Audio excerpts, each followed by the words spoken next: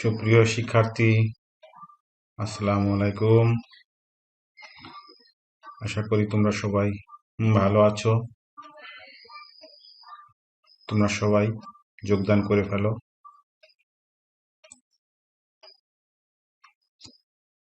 তোমাদের ফুলের শুভেচ্ছা দিয়ে স্বাগত জানাচ্ছি।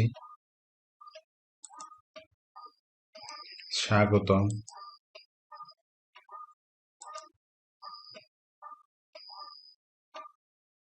ঝিটকা খাজা Rahmat Ali college.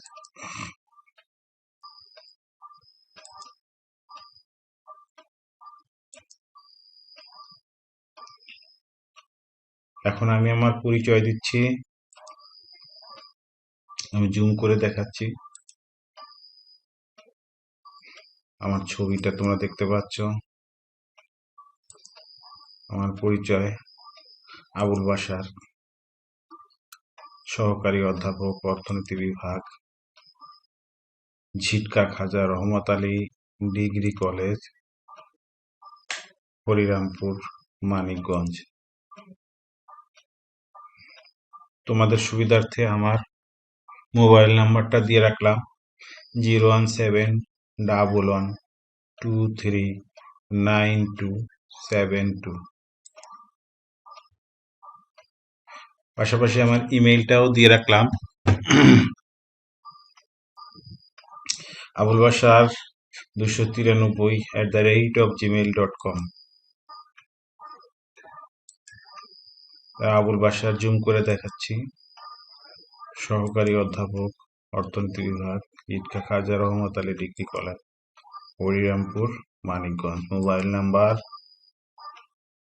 01711239272। Email abulbashar293@gmail.com।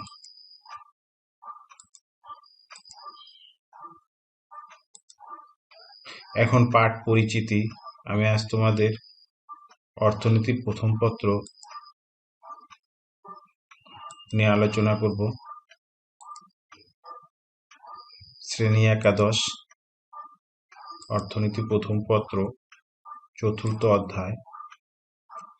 আলোচ্য বিষয় একচেটিয়া বাজারের স্বল্পকালীন ভারসাম্য। 40 মিনিট সময়।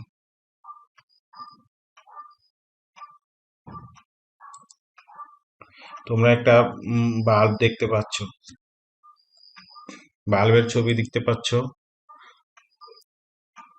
এবং একটা বৈদ্যুতিক সঞ্চালন লাইন। এটা দেখেই বুঝতে পারছো যে আমি আজ তোমাদের কি বিষয়ে আলোচনা করব।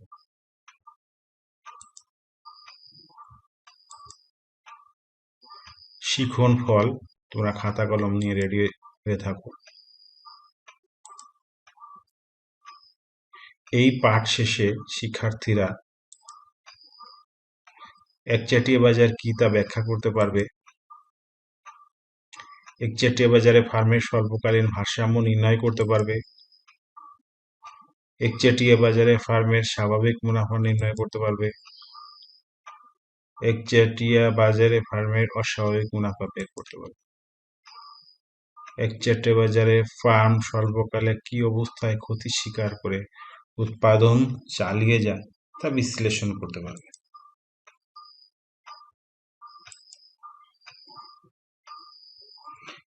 এখন আসি একচেটিয়া বাজার কি।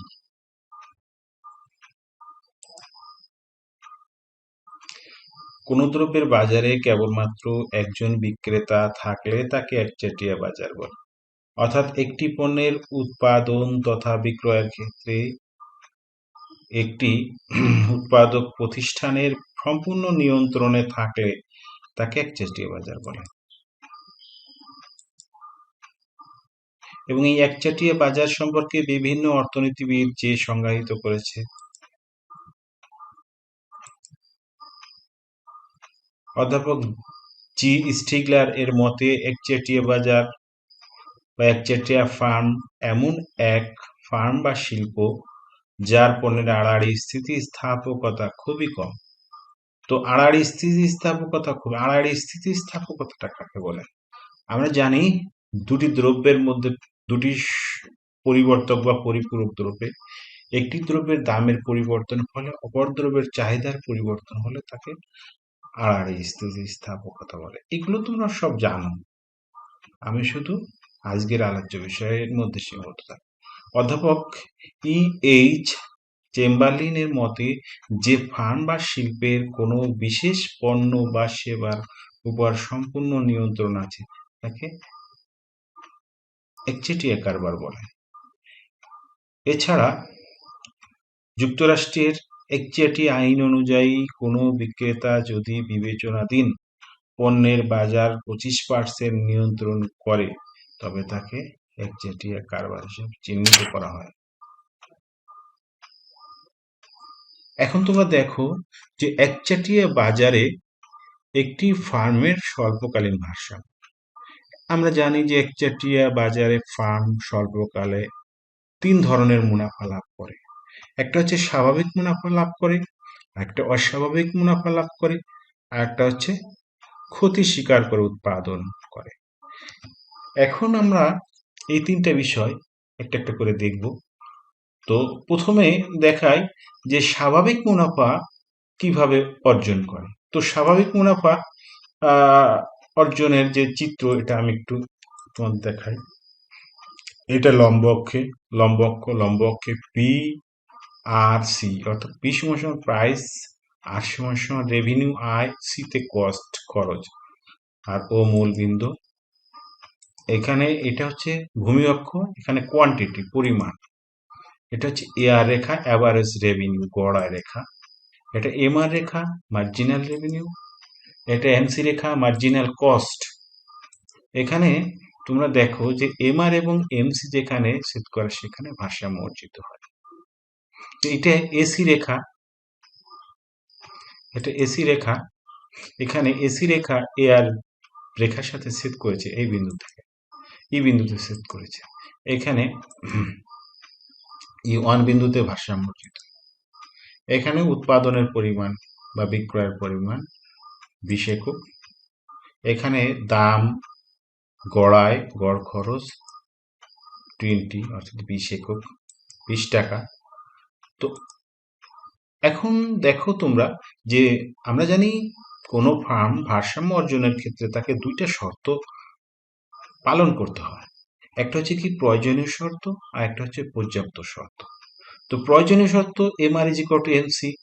তো MR is equal to MC কোথায় হয়েছে? এখানে E1 বিন্দুতে দেখো তোমরা, এই বিন্দুতে MR is equal to MC হয়েছে। দ্বিতীয় শর্তটা হচ্ছে কি এমসি রেখার ঢাল গ্রেটার দেন এমআর রেখার ঢাল, অর্থাৎ এমসি রেখাটা এমআর রেখাকে নিচ দিক থেকে ছেদ করে উপরে উঠবে। তো চিত্রে কোথায় এমসি রেখাটা এমআর রেখাকে নিচ দিক থেকে ছেদ করে উপরে উঠেছে? এই যে দেখো তোমরা, এটা হচ্ছে এমআর রেখা, এই যে লাল। এই ই বিন্দুতে এই যে এমসি রেখাটা এই যে নিচ দিক থেকে ছেদ করে উপরে উঠেছে ই বিন্দু, অর্থাৎ এখানে এই ভারসাম্যের পর্যাপ্ত শর্ত পালিত হয়েছে। তাহলে এই ই বিন্দুতে ভারসাম্যের প্রয়োজন এবং পর্যাপ্ত শর্ত পালিত হয়েছে। এখন একটা স্বাভাবিক মুনাফা অর্জনের যে শর্ত সেটা হচ্ছে অতিরিক্ত শর্ত বলা। P is equal to A R is equal to, অর্থাৎ দাম, গড়ায়, গড়, ব্যয় যদি সমান হয় তাহলে সেখানে কি হবে? অতিরিক্ত স্বাভাবিক মুনাফা অর্জিত হবে।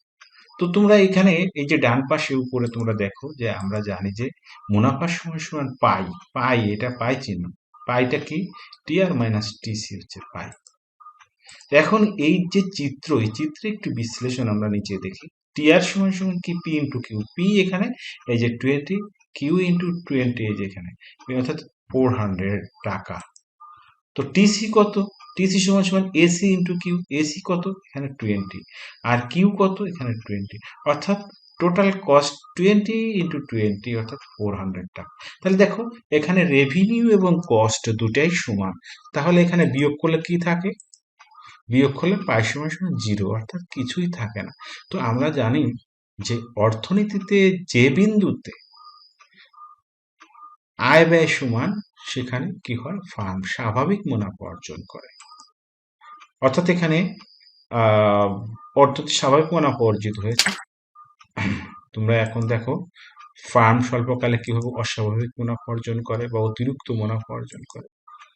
তো অতিরিক্ত মুনাফার ওই যে শর্ত একই, প্রয়োজনীয় শর্ত MR is equal to MC, পর্যাপ্ত শর্ত এমসি রেখার ঢাল গ্রেটার দেন এমআর রেখার ঢাল, অর্থাৎ এমসি রেখাটা এমআর রেখাকে নিচ দিক থেকে ছেদ করে উপরে উঠবে।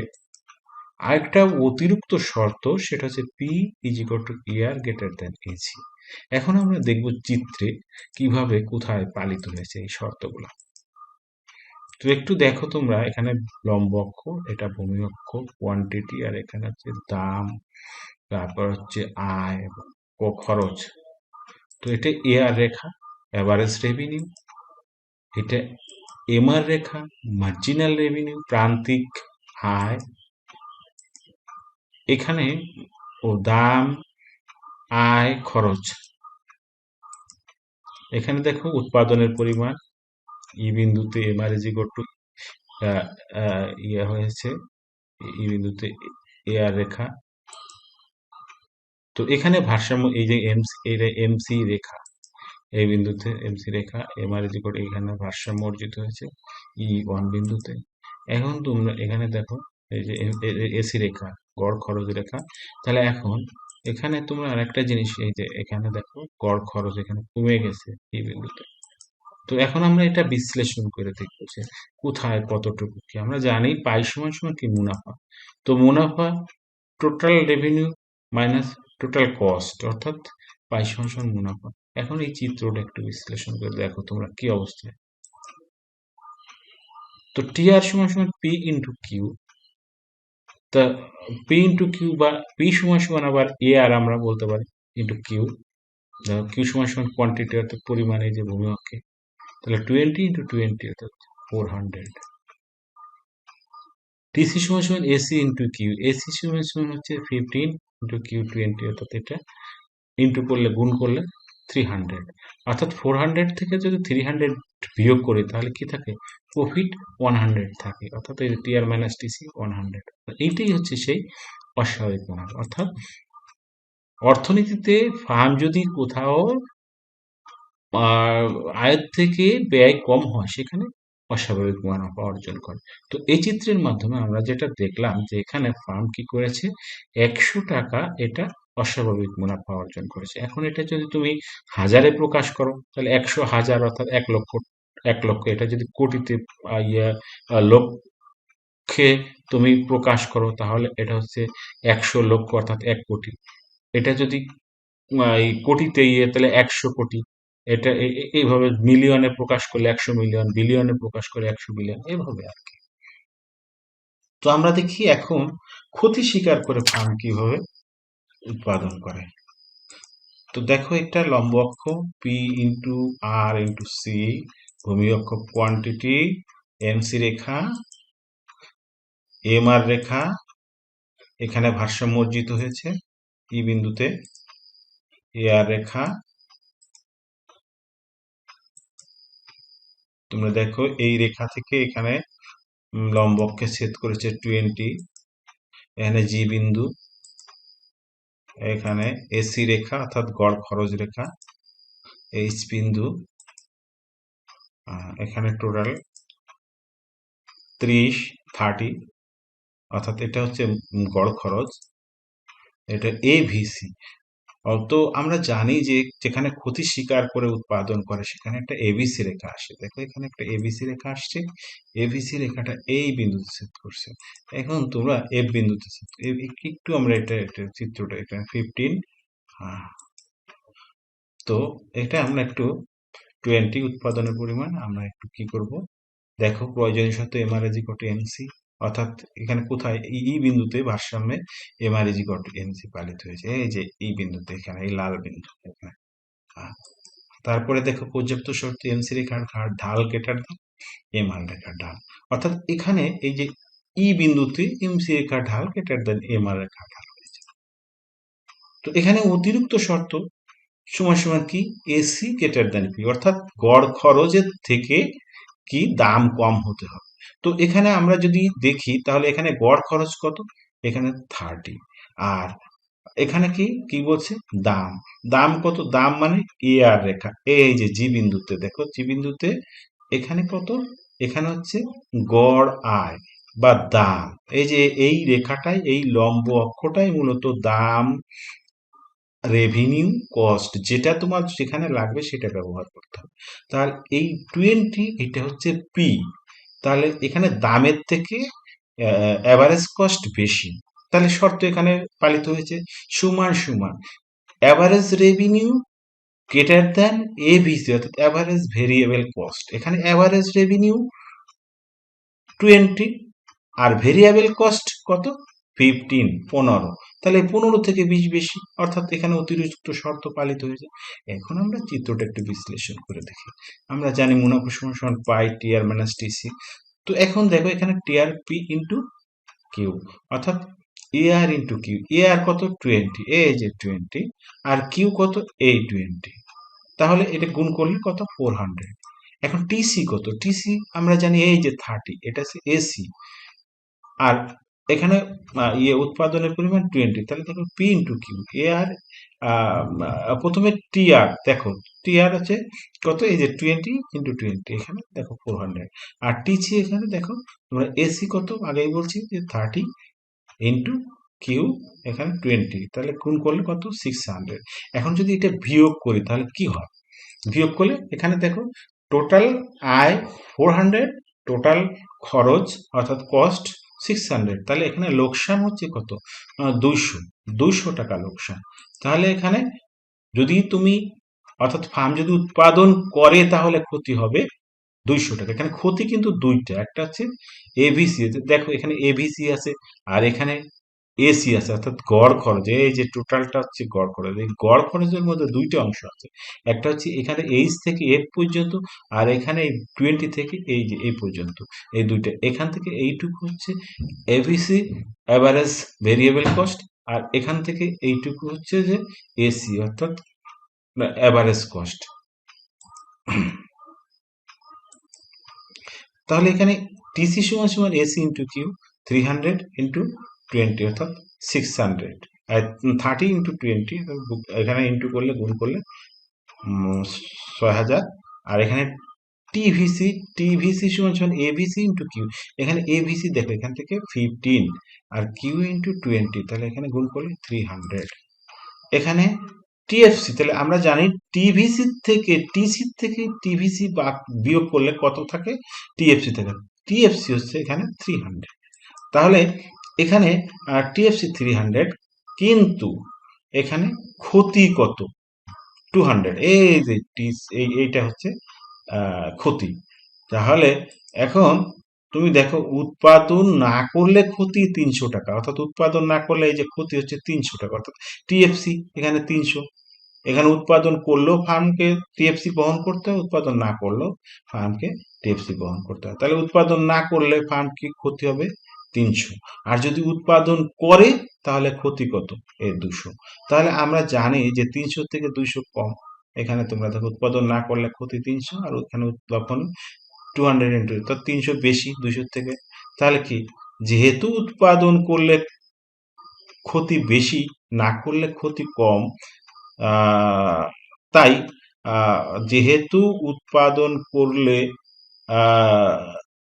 ক্ষতি বেশি, না করলে ক্ষতি কম, কাজেই একজন উৎপাদনকারী ক্ষতি কম রাখার স্বার্থে ক্ষতি স্বীকার করেই উৎপাদন চালিয়ে যাবে। তাহলে যেহেতু এখানে 300 থেকে 200 কি কম, আর যদি উৎপাদন করে তাহলে ক্ষতি হবে কত, 200। এই যে এখানে 200, এখানে। আর না করলে ক্ষতি হবে 300। তাহলে উৎপাদন করলে ক্ষতি কম, সেজন্য একজন ফার্ম কি করবে, লোকসান দিয়েও উৎপাদন পরিচালনা করবে। এখানে দেখো আমরা জানি এসটিসি সমান সমান এত, টিএফসি ইন্টু প্লাস টিভিসি, সুতরাং টিএফসি সমান টিসি বিয়োগ, এই যে এখানে আমি যেটা বিয়োগ করছি সেটা এখানে বাম পাশে আমি দেখিয়ে দিয়েছি। তো শিক্ষার্থী বন্ধুরা, তোমরা একটা বাড়ির কাজ করবে, যেহেতু এটা একটা ক্লাস, ফর্মালিটিস রক্ষা করতে হবে। তোমরা এখানে একটা একক কাজ দেখো, একক কাজ একচেটিয়া বাজার কি, এটা তোমরা লিখবে। একচেটিয়া বাজার 3টা বৈশিষ্ট্য লিখবে, আর ভারসাম্যে প্রয়োজন। পরবর্তী ক্লাসের আগ পর্যন্ত তো তোমাদের অনেক সময় নিলাম, তোমাদের ক্লাসটি করার জন্য তোমাদের সবাইকে ধন্যবাদ জানাচ্ছি, এবং সেই সাথে সাথে পরবর্তী ক্লাসের আমন্ত্রণ জানিয়ে আমি আজকের মতো এখানে শেষ করছি। ধন্যবাদ সবাইকে।